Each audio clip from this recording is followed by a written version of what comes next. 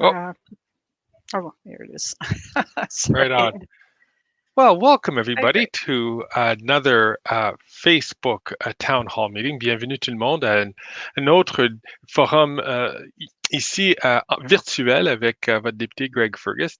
Et encore une fois, ce mois-ci, pour la deuxième fois cette année, on a une conférencière, un conférencière de marque. Cette fois-ci, ça me donne un grand plaisir de vous présenter l'honorable Joyce Murray, la ministre pour le gouvernement numérique. Joyce Murray, non seulement est une amie de longue date depuis plus de, ça fait 14, 13 ans que nous sommes des amis. Euh, j'ai le grand plaisir, le grand privilège de travailler comme son secrétaire parlementaire au gouvernement numérique. Et Mm. depuis 2 ans, on travaille ensemble, presque 2 ans. On arrive au mois d'avril, notre anniversaire de travailler ensemble en tant que secrétaire parlementaire puis ministre. Et c'est vraiment un grand plaisir. Et ce soir, on va aborder la question du gouvernement numérique, les façons qu'on veut transformer le gouvernement du Canada pour le rendre plus proche, plus accessible aux Canadiens. So it Mm. gives me great pleasure to welcome you again to our monthly uh, MP Town Halls virtual version. And this month we have our special guest, the Honorable Joyce Murray. Joyce Murray is the Minister for Digital Government. And not only that, she's been a great friend for coming up 14 years now that we've known each other. I have also had in the last 2 years a great privilege of working by her side as her parliamentary secretary. So it's a really great pleasure to have you on the show, Joyce. Welcome aboard, and Thank you. Thanks. right, And good evening. yes, and also live from Vancouver, Hmm. where you are the member of parliament for Vancouver Quadra. A great riding that you've held since 2000 and 8, when was it? 2008. 2008 when you became. Yeah. That's right. When Steve Owen stepped aside, and then you came in and won on a very tough election. So that was really great. Euh, Ce soir, on va aborder des questions que vous nous avez posées. Et on a plusieurs questions devant nous. Mais avant qu'on commence, je vais inviter Joyce, la ministre Murray, de prononcer quelques mots pour donner un petit survol de sa vision de ses responsabilités et qu'est-ce qu'elle aimerait achever en tant que ministre du gouvernement numérique. So, Joyce, we'll turn the floor over to you to say a few words. Well, thanks so much, Greg. And je tiens à vous remercier de m'avoir invité à participer à cet événement. Je suis très chanceuse, franchement, de travailler avec un tel engagé et efficace secrétaire parlementaire et ami, comme vous avez mentionné. So I want to start by acknowledging that I am joining you from my home in Vancouver on the unceded territory of the Coast Salish First Nations. And I would like to do just what Greg suggested, which is start by giving you a brief overview of my mandate and the approach that I'm taking to the critical task that we have in front of us today of digital transformation for the Government of Canada. So I'm Canada's first standalone Minister of Digital Government, something that signals just how important this work is to our Prime Minister. He certainly understands that our government's ability to deliver on our ambitious agenda depends on digital capabilities because, as I have come to learn, IT or digital is at the heart of everything we do. And we have a lot of work to do to bring our federal government's digital capabilities into the 21st century. As anyone who has waited on a phone to get an answer to their question from government will know very well. Say, Greg, I just wanted to ask whether you would like me to complete my remarks, or would you like me to translate key ideas as we go? Feel free, complete your remarks, and Yeah. this is a Okay. bilingual. We are a very bilingual area, and so we try to Okay. go in, between English and French, but for our guests, we don't hold them to that standard. Okay, thank you. So in my role, my end goal is that all of your services and transactions with the federal government can be digital. In other words, secure, reliable, and easy to use at any time from any device.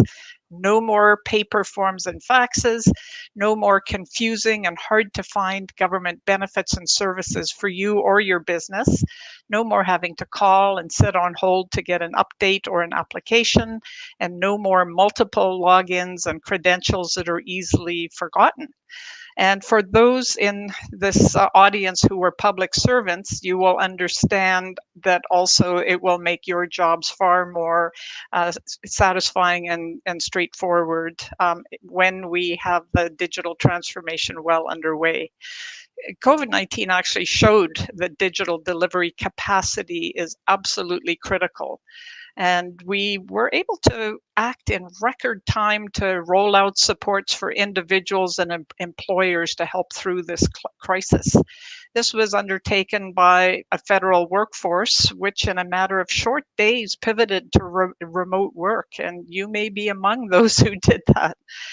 My teams of employees at Shared Services Canada quickly increased network capacity, rolled out collaborative digital tools like Microsoft Teams, and helped public servants work together securely and effectively from their homes, virtually overnight.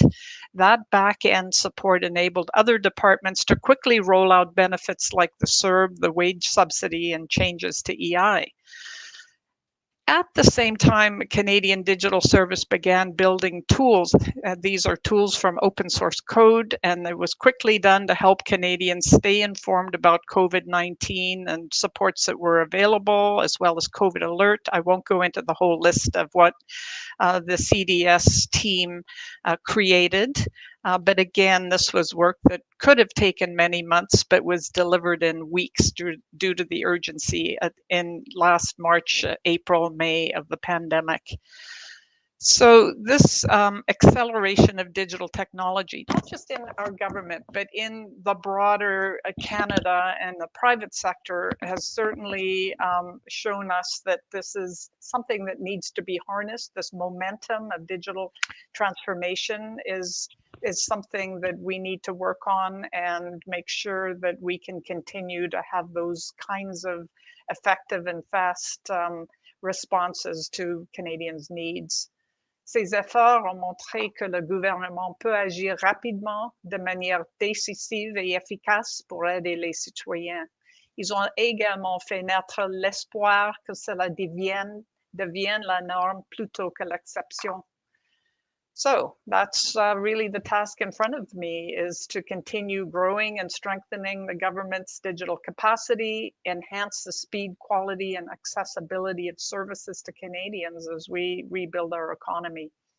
Nous avons besoin des idées, des innovations des citoyennes et des parties prenantes pour nous remettre de la pandémie, car ce type de collaboration et d'ouverture ne fait que stimuler la modernisation et renforcer la confiance.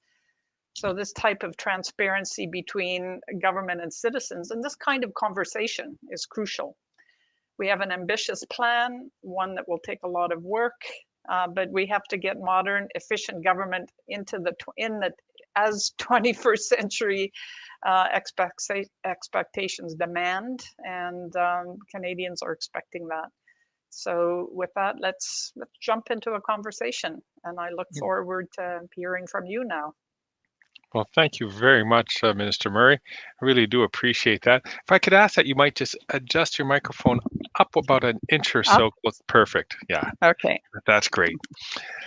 Well, look, we already have a number of questions, so why don't we start off with those and we'll see where we go. Alors, merci beaucoup, la ministre, Madame Murray, pour votre présentation. Je pense que ça donne un excellent survol sur les dossiers qu'on va aborder ce soir.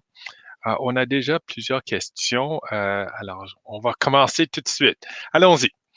Alors, la première question qu'on va parler ce soir, ça vient de Mamadou et de Hull. Puis Mamadou, il a dit, quelles sont les nouvelles mesures les nouvelles initiatives concrètes mises en place par le gouvernement pour renforcer les systèmes numériques, la cybersécurité la cybersécurité des entreprises, des organismes et les Canadiens de tous les âges, surtout les moins jeunes, surtout les moins jeunes et les aînés qui sont les plus victimes. Alors ça, c'est une question qui sort des sentiers battus de votre responsabilité en tant que ministre pour numériser le gouvernement canadien. Mais qu'est-ce qu'on peut faire pour améliorer la cybersécurité des Canadiens? OK, c'est une bonne question et premièrement, c'est très important pour moi qu'on a équité dans l'embauchement des employés fédéraux numériques and it also we do have a gap. We need more public servants who have the kinds of digital capabilities required for the transformation that is underway. And yes, the hiring takes a long time. So this is something that I'm working with the Office of the Chief Human Resources Officer in Minister Duclos' area, who are responsible for recruitment. And at the same time, the Canadian Digital Service created a digital means to reach to the private sector and bring in digital experts for what we call tours of duty, like come in and work with us for a couple of years and bring your leading edge private sector digital expertise into the government of Canada and help us get up to speed with that. So we're working on it. And Mamadou also wants to know, how can we help improve cybersecurity for Canadians at large? Not just within the government of, maybe we could talk about what we do to protect the government of Canada, but what can we do to help Canadians or private businesses become more secure? That is a very topical conversation right now, and the risks and the threats, the attacks are only becoming more sophisticated and more effective, and so we have to continually pay attention to cybersecurity, and that's a big focus of Shared Services Canada's work. And there's a number of upgrades that have been done recently. For example, we're working with a method or technology called secure cloud enablement and defense, which means that when the government's networks and applications connect to public cloud service, we want to make sure that portal into a public cloud is as protected as our internal networks are in the government of Canada. So I would just say, yes, this is a big focus, and my ministry is a key partner in the Canadian Centre for Cybersecurity. I think when your constituent Greg asks about this, they may be thinking about the big breach of the government's IT systems in the United States, through SolarWinds. So it had an enormous impact on American governmental networks. And actually in Canada, because we have an integrated approach, which is managed by Shared Services Canada, and we work very closely with the Centre for Cybersecurity, we did not have any breaches from that, even though there were some SolarWinds entry points that never went further, never was embedded in our systems. So we have good cybersecurity. And lastly, for citizens, I think we have a website that you can go to, which is cyber.gc.ca. And one of the things you'll be invited to do is to put the Canadian Shield app on your computer systems, developed to protect the government's perimeter to be cyber secure, and now available for anybody for free. That's amazing. Alors, Yeah. let's repeat that again. So that's cyber.gc.ca. Yeah. And en français, c'est la même chose. Alors, cyber.gc.ca. Et ça, c'est la place où vous pouvez aller pour mieux protéger votre propre système informatique chez vous et adopter les mêmes normes que le gouvernement canadien utilise pour protéger notre système. Yeah. Excellent. We have a tough question here coming from Bob, who says, the government pretty much messed up my paychecks with Phoenix. How can I trust you and Shared Service Canada to deliver meaningful digital transformation? Mm-hmm. Well, that's a fair question, and it's been such a huge difficulty for public servants over the last several years to have so much challenge with your pay, and so it's a top priority for us to be able to pay you accurately on time. And we have quadrupled the workforce that working with Phoenix to be able to do just that. The backlog has come down substantially. But I know that that is not the long-term solution, and that's why we're working on what's called the next gen HR to pay system. And we're approaching it differently. As you may know, that the Phoenix was a bringing together of all the pay systems across the government of Canada. It was assessed by a previous government that it would save money for the government, and those savings were pulled out of the budget at the front end before this had been tried and tested. I think the key difference, though, with Next Gen, other than we are going to take the time and the cost that this requires to do it right. The other key difference is that Phoenix was an old style IT transformation where it was years and years and years in the planning and the development, and then at the very end there was a flip of the switch, does it work or not work? And it turns out it didn't work. So we're not doing it that way.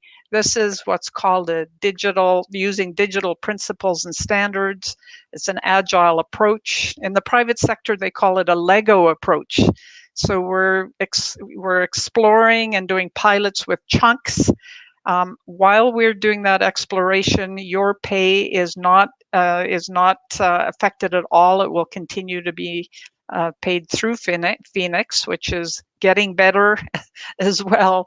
And we're using really top-notch change management principles to look at our processes, simplify them, test things out, and put building blocks together over time to create a new HR to pay system. So it's going to take a bit of time, but it's proceeding well, and it's just a whole different strategy. And that I really appreciate, and I can attest to it, that when working with you on the next generation HR to pay system, it really is one where we said what we did wrong in Phoenix, we are not going to do here, in a sense. And I really do appreciate that we're taking the time to test drive it at every stage, and especially giving public servants an opportunity to kick the tires, as it were, as we go along. Great point. It hasn't been people hunkered down within the government of Canada developing this. It has really been inclusive of the public servants, of industry, the unions. So having the people who will be actually the public servants who are doing pay are very involved as well. So that's part of the digital principles, is that you have the users involved in the process of development. Excellent. On a une autre question. Cette fois-ci, ça vient de Véronique. Véronique elle a dit que beaucoup de fonctionnaires travaillent maintenant à partir de chez eux. Est-ce que le télétravail va continuer d'être une option dans le futur? OK, merci pour avoir posé cette question, et j'imagine que la réponse va être oui, mais pas tout à fait. Nous avons expérimenté l'efficacité de cette mode de travail chez eux. Je crois que ainsi que dans le secteur privé, dans le secteur public, on va analyser ce qui marche et ce qui va changer, ce qu'on doit changer quand la pandémie est derrière nous. J'espère que c'est bientôt, mais je travaille. Tout le monde le souhaite. Yeah. Et je travaille avec Monsieur Jean-Yves Duclos, président du Conseil de Trésor. Nous devons mener une initiative pour créer un encadrement pour où se trouvent les employés de fonction publique après la pandémie, et on va voir ce qui va marcher, mais yes, we are certainly considering that remote work and working from home will be part of the way things are moving forward. Excellent. Thank you for that. Here's a question from Jason. A short question, but filled with meaning. What do you hope that Canada learns after the COVID-19 pandemic? I'm assuming that Jason means relative to what have we learned from a digital government approach? Well, there are so many answers to that question. I mean, firstly, what we have learned is that that having a digital infrastructure that works and serves Canadians quickly and effectively is really, really important. I was mentioning in my remarks that we were able to support public servants in working from home just in a matter of weeks. And we were able to roll out the CERB. 1.6 million people registered on day one. Imagine that.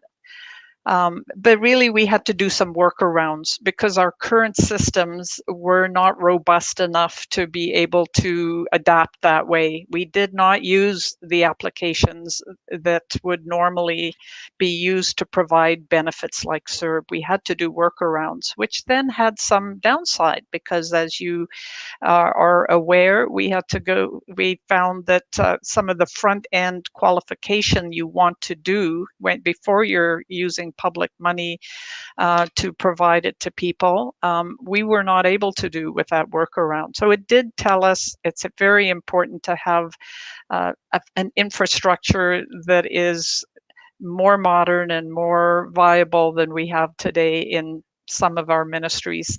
The other thing I think is a key is that people were at home and doing their shopping from home. And so the expectation that there will be a fast turnaround in transactions with an organization that you're buying something from or that is serving you, that expectation is far more,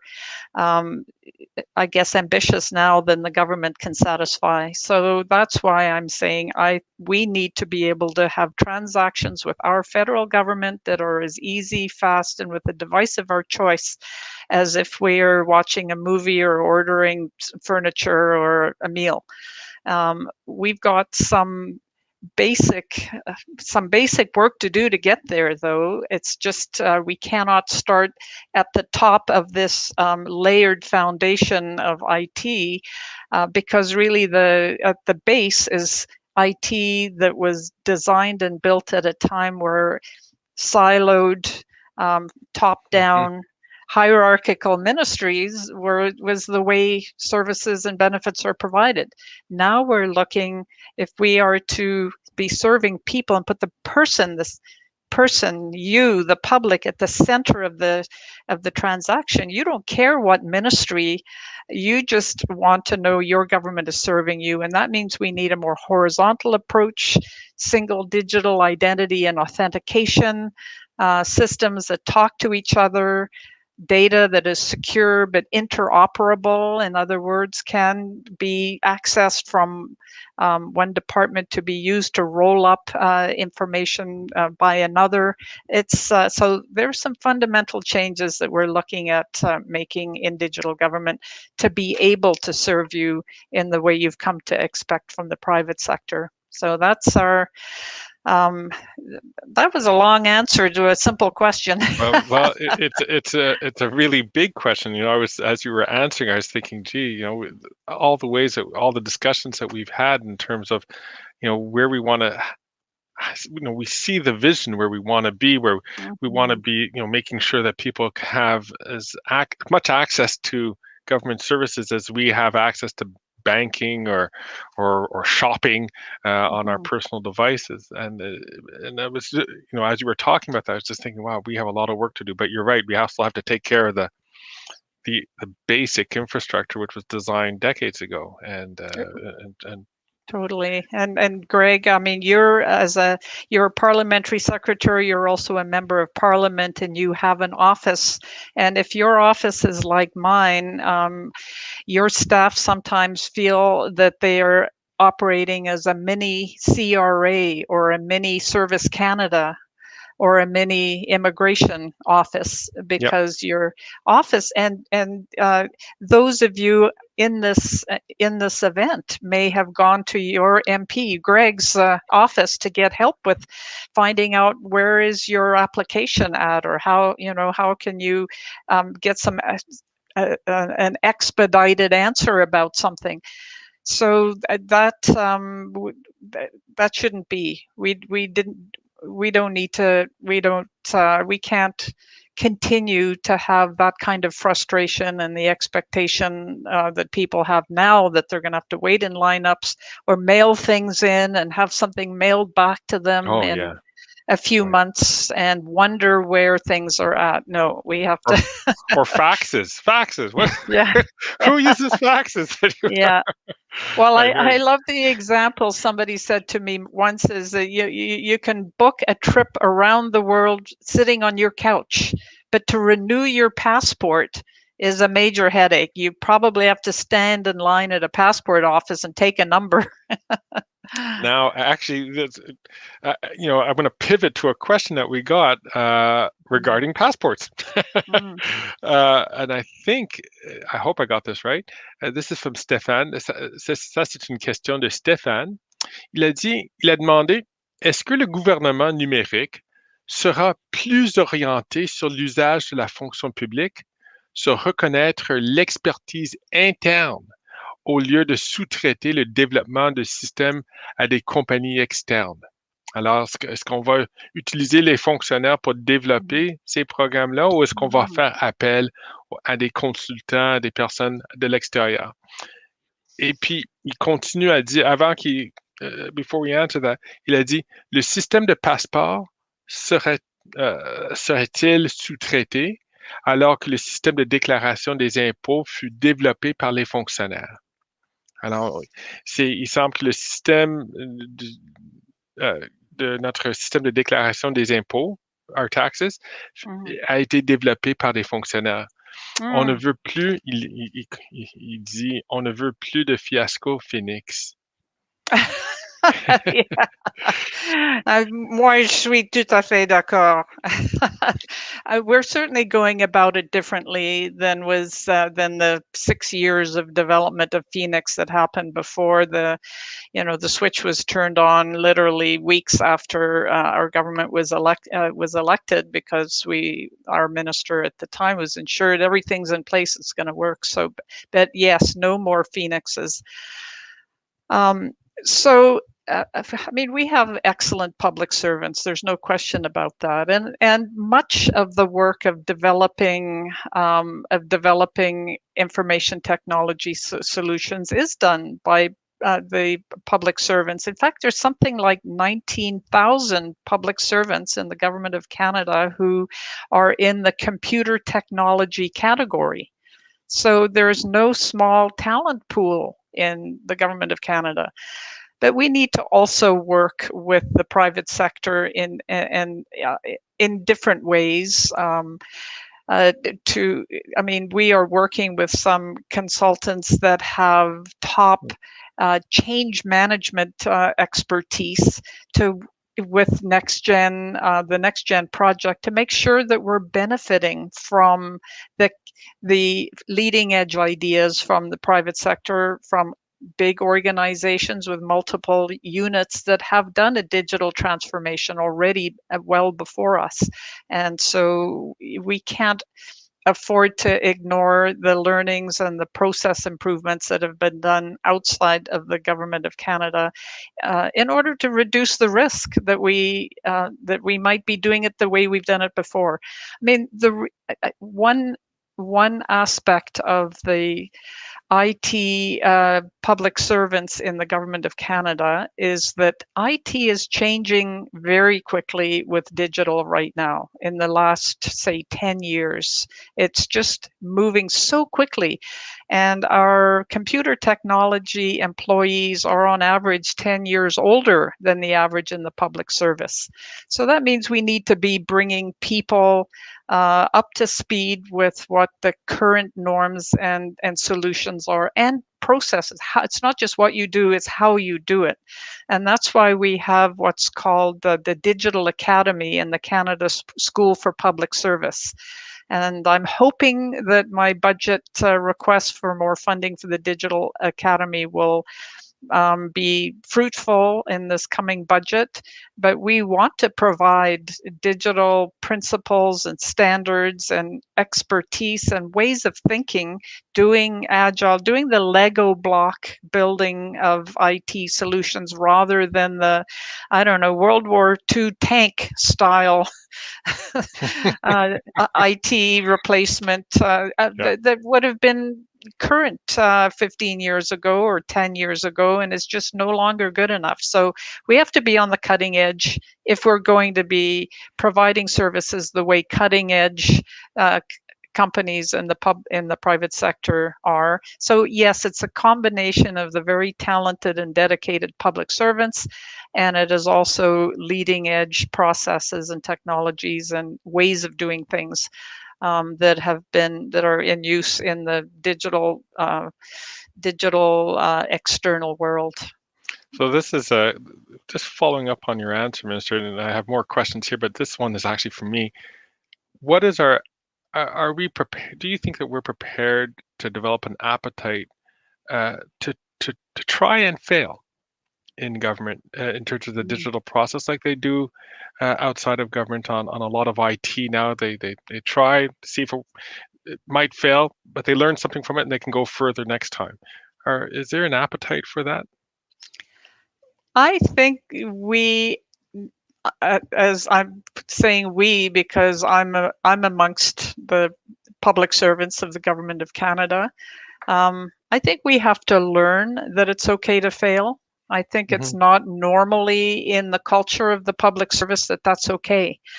Where I am seeing that really being the norm is with the Canadian Digital Service, which is that set of leading edge open source code solution finders that is working with a number of the ministries, and so they're bringing that style, and it's been embedded now in what we call the digital principles. We have those principles have been also crystallized into standards, and more that is the expectation that the information teams in the ministries will be adhering to the digital standards. So the standard of experimenting and trying something rather than trying to do the whole project, but doing it piece by piece and experimenting. And the experiment means something might fail and you try something else. And so we're trying to get that as a norm and acceptable. Right. But, Greg, the reality is that with 150 plus years of Westminster parliamentary system, we have a system of bureaucracies that are hierarchical and siloed with concrete walls between them. And the failure was something that was really not on. And so the risk aversion to avoid failure is very baked into the culture of our organization. Yours and my employer, which is the Government of Canada, has a very long history of how things are done. And it does not include that failure is a positive, because it means you're willing to try stuff and then move on if it doesn't work.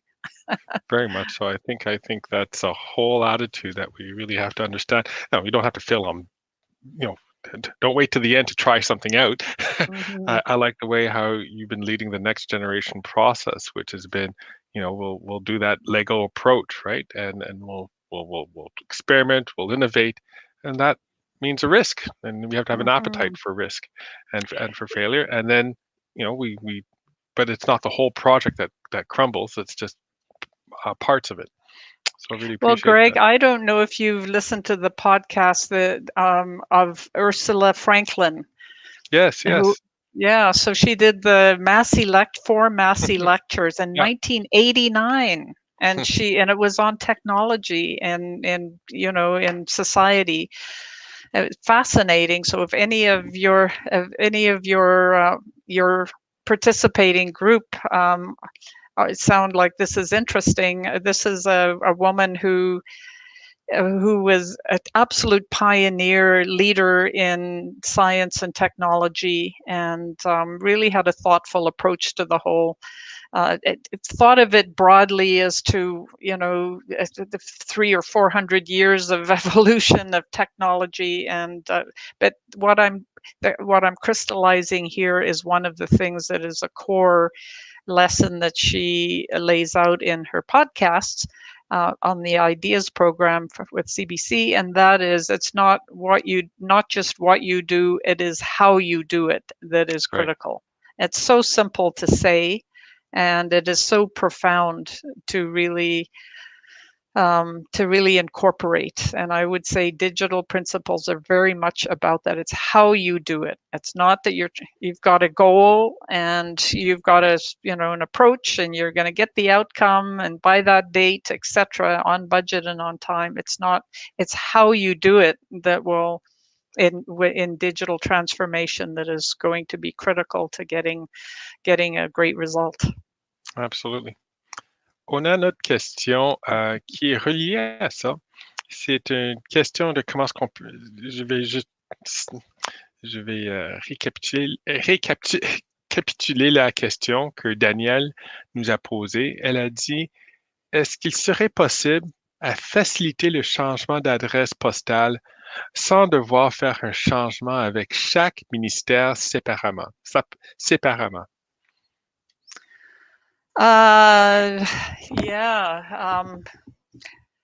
C'est dommage.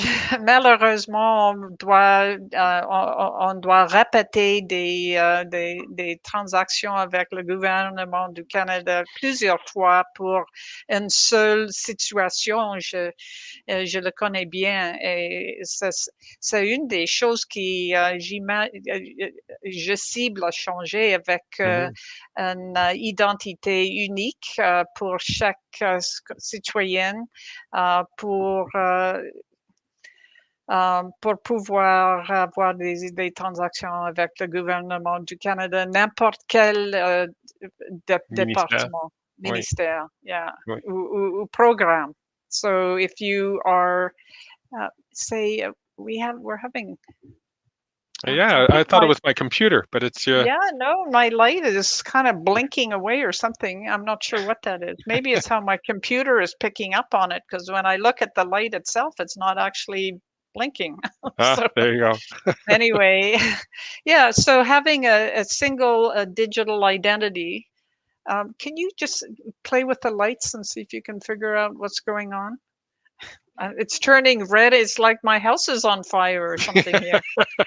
Maybe it's that light at the back that's the problem there. Maybe it's sort of that dusk, time, and the automatic adjustment of our computers are Yeah, we're making it, giving Yes. it a challenge. Yeah, so it's single digital identity is a key here, and for any of the audience members that are in the digital space, you'll know about Estonia being a real lead in digital transformation. And what they did is they created a way that a person, a citizen, could have a single digital identity and authentication. And so once the person had that includes from birth really, and includes your social insurance and your all of your interactions with the government, and then that is yours. The data all belongs to you, but it is shared amongst the ministries that you agree to have your data shared to, but it's all with that authentication. And you can also select to have banking, insurance companies, and other private sector companies utilizing the same data, essentially backbone, uh, so that you're not having to have different usernames and passwords and authentications. Like, how many do you have, Greg? I must have like Oh, 40. Every app has it, you've got a different, can you just turn that one off? Thank you. No, I know, but it's sure making for a weird screen. there we go. That might give more solid I lighting. think it's a little better. Indeed, actually, it's more consistent. No, you're absolutely right. I have, to tell you the truth, I have an app in my phone that keeps track of all my passwords, because everybody seeks a different password, and you're not supposed to use the same one over and over again. Um, and so it makes it really, really tricky. But Yeah. Joyce, this also gives me an opportunity. Perhaps you might want to talk a little bit about your vision of having sort of a secure an authentication process, as Mhm. opposed to just a simple ID process when you're interacting with the government of Canada. Well, that's underway now in the Government of Canada. It's been moving a bit slowly, so we're putting forward a proposal for accelerating the work on authentication that will be usable for everything that you do with interacting with the Government of Canada. But what it turns out is that in our federal system, Greg, as you know, Quebec is going to have some different ideas than British Columbia or Ontario or Nunavut. And so to do a single authentication, some of the key identity pieces, your driver's license, for example, or your healthcare card, are provincial. And so we've been in the one of the leaders with members of the private sector as well in what's called the Pan-Canadian Trust Framework. And Hmm. that is to really identify, like, what are the parameters in an organization like a province or the private sector or the federal government? What are the parameters that would be needed for us as the federal government to trust you to be part of our authentication process? And so that's been evolving, and I would say it's already at the place where when CERB was rolled out, people in British Columbia and Alberta could use their provincial card that was chip based, and it had the federal government uh, had worked with Alberta and with British Columbia, so people could use those to access the CERB right away. So it Yeah. made it way more simple. So we're one step into the water on this. We haven't waded yet up to our waist, and we certainly have not yet dived in. But the water's warm. The water is warm, and we know we got to go there. Yeah. So, and there's councils. There's a CIO council that's been working on this with private sector and public sector alike. And so there's a lot of smart people working on it, but it has been a bit happening on the side. I think it's going to be going from being an important but side project to be right at the core of what we need to do for our digital transformation to be successful. Fatima nous a écrit, puis elle avait noté que la fonction publique a beaucoup changé depuis l'avènement de la COVID. Est-ce que les fonctionnaires qui aimeraient travailler à partir de chez eux, est-ce qu'ils auront cette possibilité de faire ça après la pandémie? J'espère que oui, mais ça va, c'est pas certain parce que je crois que on doit avoir a careful, thoughtful approach pour créer un encadrement pour la fonction publique suivant la pandémie. So I don't want to prejudge what that will look like. Very early in our discussions right now in the leadership of the ministries involved. Right now, frankly, our focus is on keeping people safe. It's on the pandemic, the COVID, and getting Canadians through this time of crisis as safely and quickly as possible.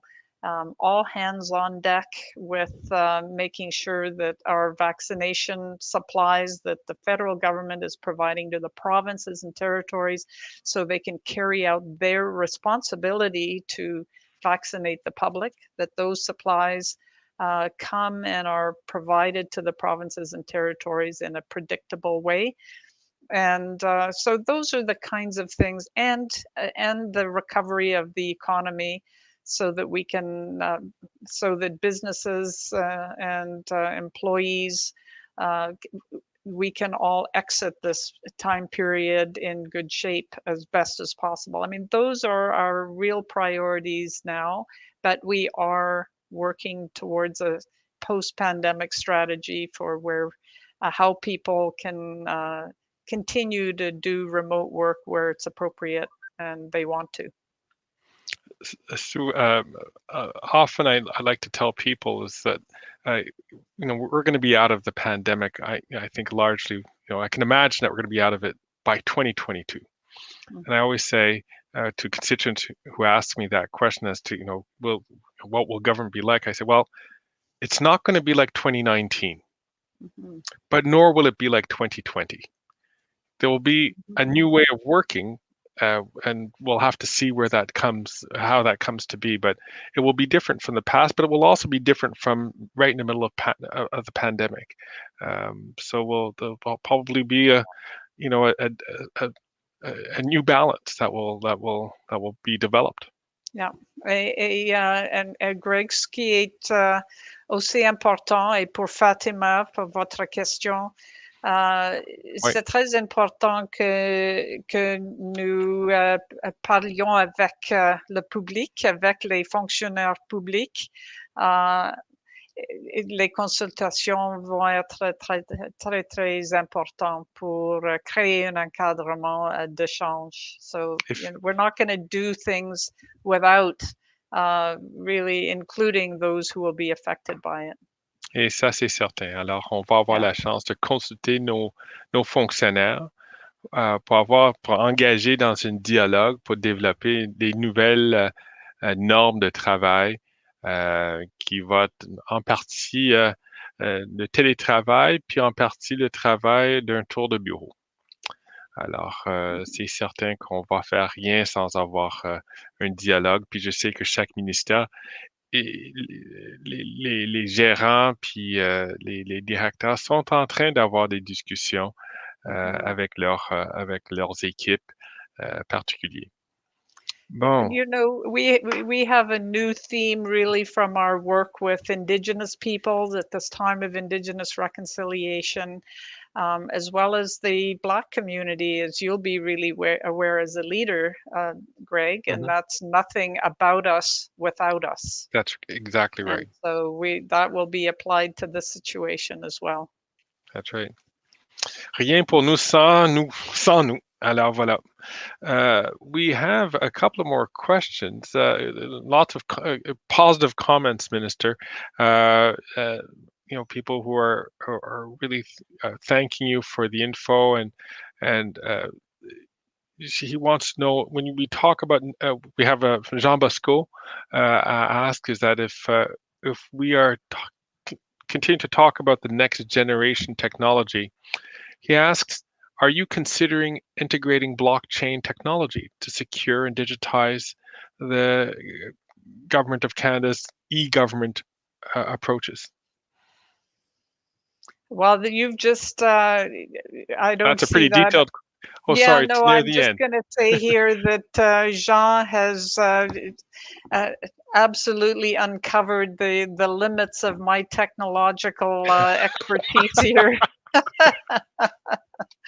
So we certainly use artificial intelligence, and my ministry has created a directive on the use of machine learning within the Government of Canada, because there are occasions, such as with Phoenix, where having some automation of routine transactions can really make it much more effective.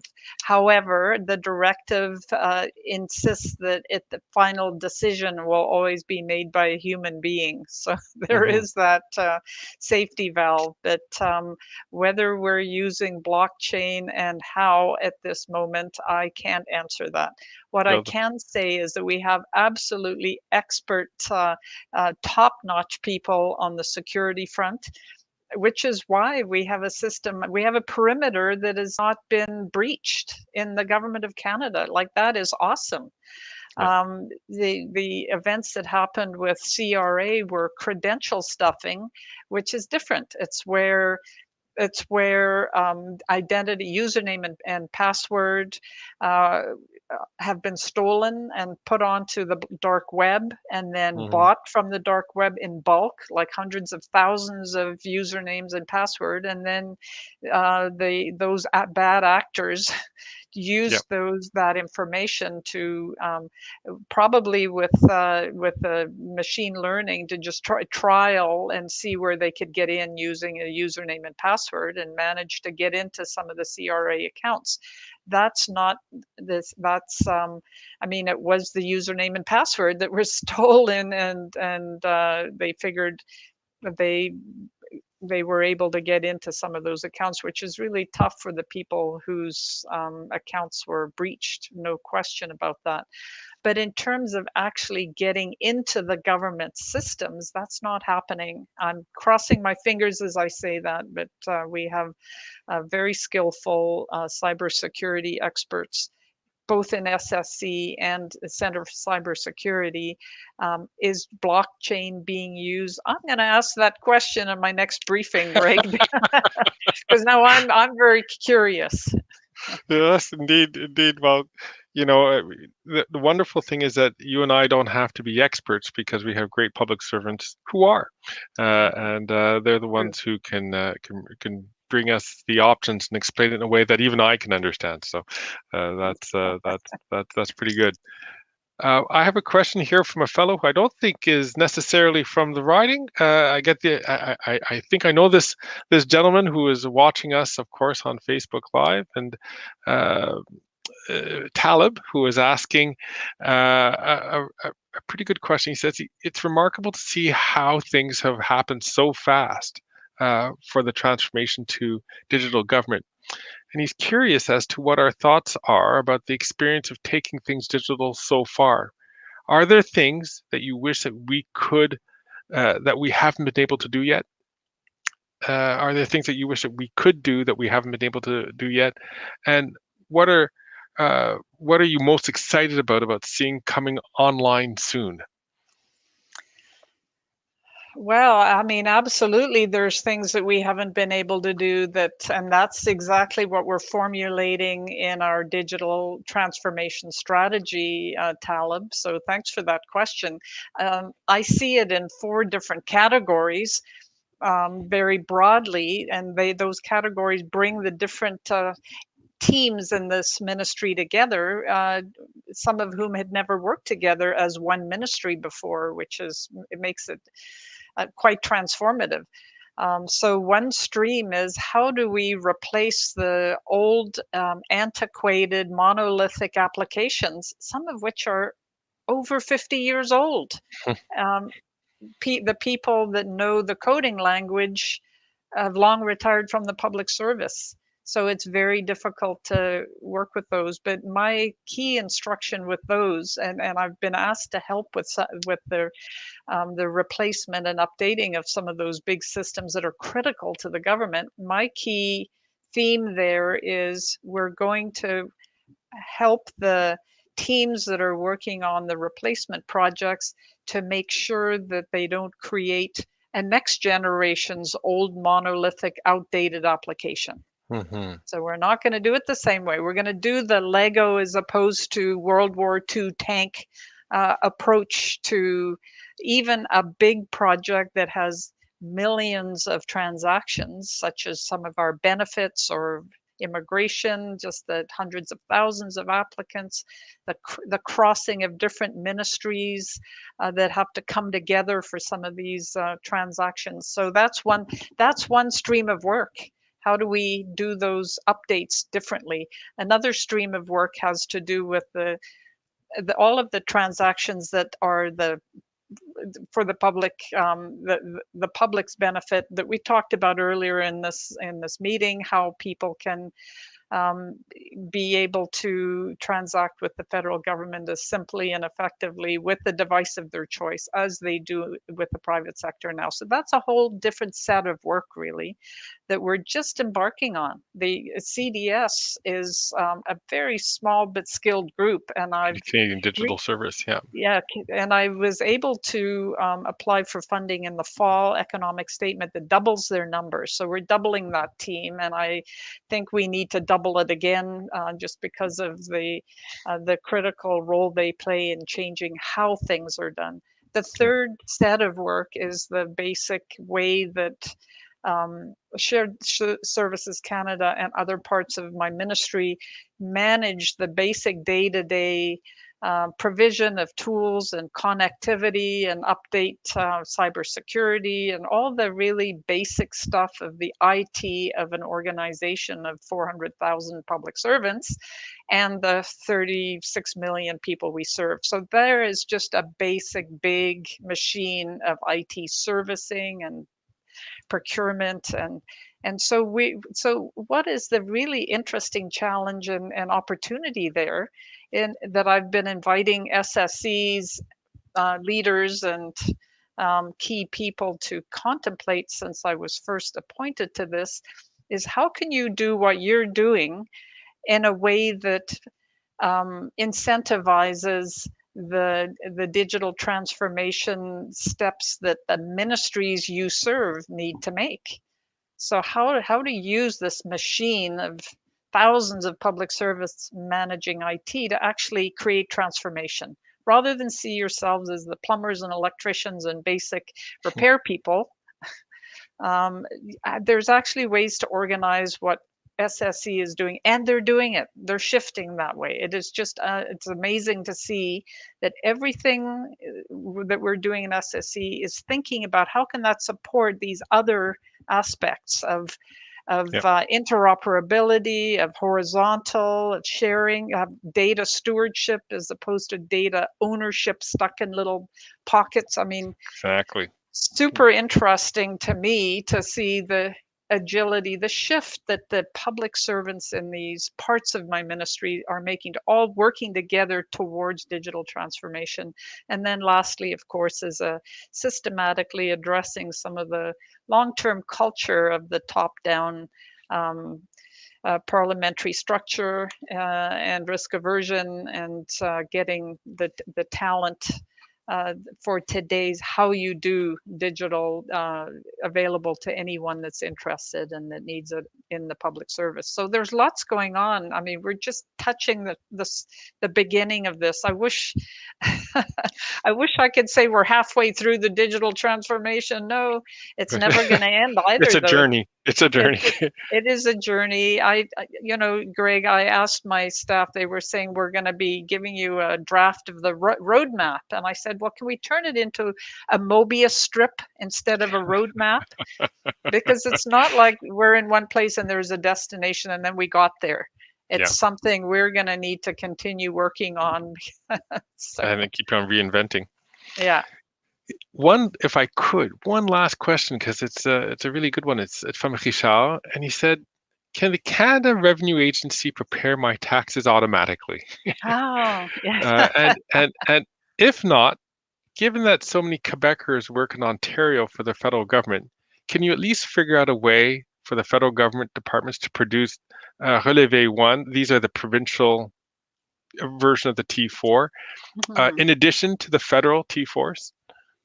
Well, I do understand that there's a different division of labor in Quebec compared with some of the other, well, most of the other provinces and territories where we have a unified Tax form. CRA tax form. Yeah, so Quebec exceptionalism here. Nous sommes distincts. So I have the view that one of the things that we can do to reduce poverty and lift up the most vulnerable is to have CRA do taxes for people with simple tax forms. Excellent. And so I proposed that along with Madame Boutillier, our CRA minister.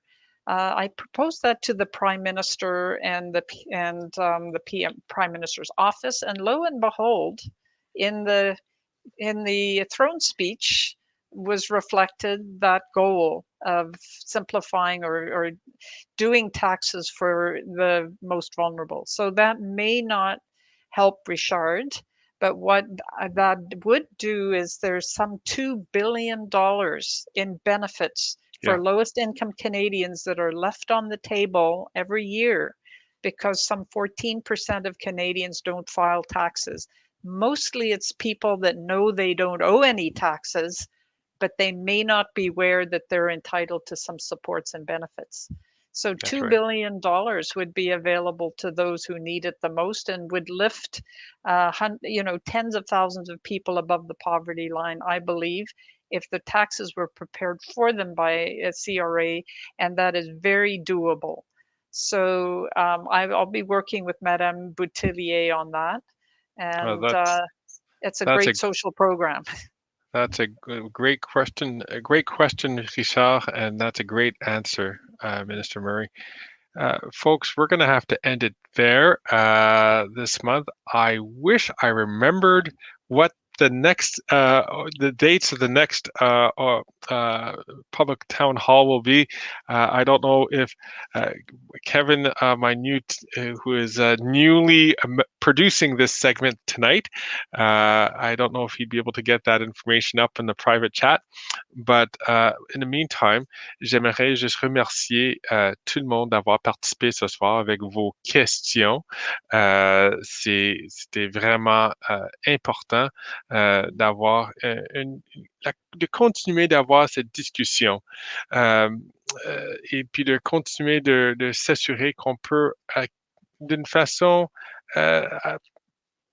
approfondie, d'aborder des sujets pour qu'on puisse explorer ces thèmes ensemble. Puis je pense que un gouvernement numérique, ça va beaucoup changer. Ça va changer la façon dont on va interagir avec le gouvernement, puis aussi, ça va changer la façon dont les employés les fonctionnaires vont quand même faire leur travail pour offrir des services à tous les Canadiens. So it's been a real pleasure to have you, Joyce, to join us this evening on this month's MP Town Hall. And we're going to be doing this again next month. Please take a look at the engage.parl website for the next date and subject. It will obviously be another Thursday night at 7:30 p.m., but we'll put up that information as soon as we can. Merci pour toutes les questions que vous avez posées. Madame Murray, merci encore de votre présence de Vancouver et de passer du temps avec nous. Puis, on se verra au travail demain. We'll see each other tomorrow at work. Oui, bien sûr. Et je tiens à remercier tous et toutes qui avaient l'intérêt de participer dans cette town hall. So merci and thank you for inviting me once again. Merci. Bonne soirée tout le monde. Bonne soirée.